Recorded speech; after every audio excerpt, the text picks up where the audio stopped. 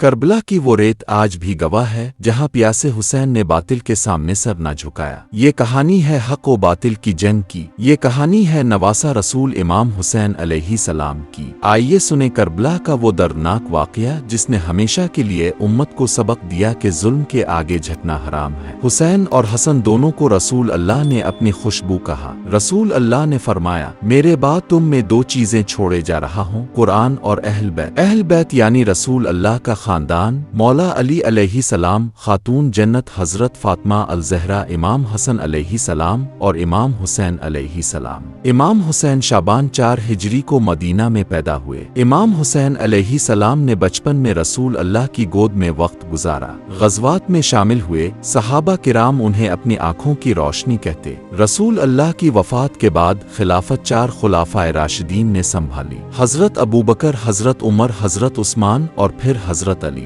حضرت علی علیہ السلام کی شہادت کے بعد امام حسن علیہ السلام نے مختصر خلافت سنبھالی، لیکن امت کی وحدت کے لیے خلافت حضرت معاویہ کو سونپ دی۔ یہ شرط تھی کہ حضرت معاویہ کے بعد خلافت دوبارہ اہل بیت کو ملے گی، لیکن حضرت معاویہ کی وفات کے بعد ان کے بیٹے یزید نے تخت سنبھال لیا، جس کا اہل بیت سے کوئی تعلق نہ تھا۔ یزید کی حکومت میں بدعت، ظلم، شراب اور طاقت کا راج تھا، اسی لیے امام حسین نے بیعت سے انکار کر دیا۔ کوفہ کے لوگ بار بار امام حسین کو خطوط بھیجتے، اے نواسہ رسول، آئے ہم آپ کے ساتھ ہیں، ہم یزید کو نہیں مانتے۔ امام حسین نے پہلے اپنا چاچا زاد حضرت مسلم بن عقیل کو بھیجا۔ حضرت مسلم بن عقیل کوفہ پہنچے، لوگ جوق در جوق جمع ہوئے۔ ابن زیاد جو یزید کا گورنر تھا، اس نے کوفہ میں سختی کی، حضرت مسلم بن عقیل کو دھوکہ دیا گیا، اسی کوفہ کے لوگوں نے انہیں تنہا چھوڑ دیا، حضرت مسلم کو شہید کر دیا گیا۔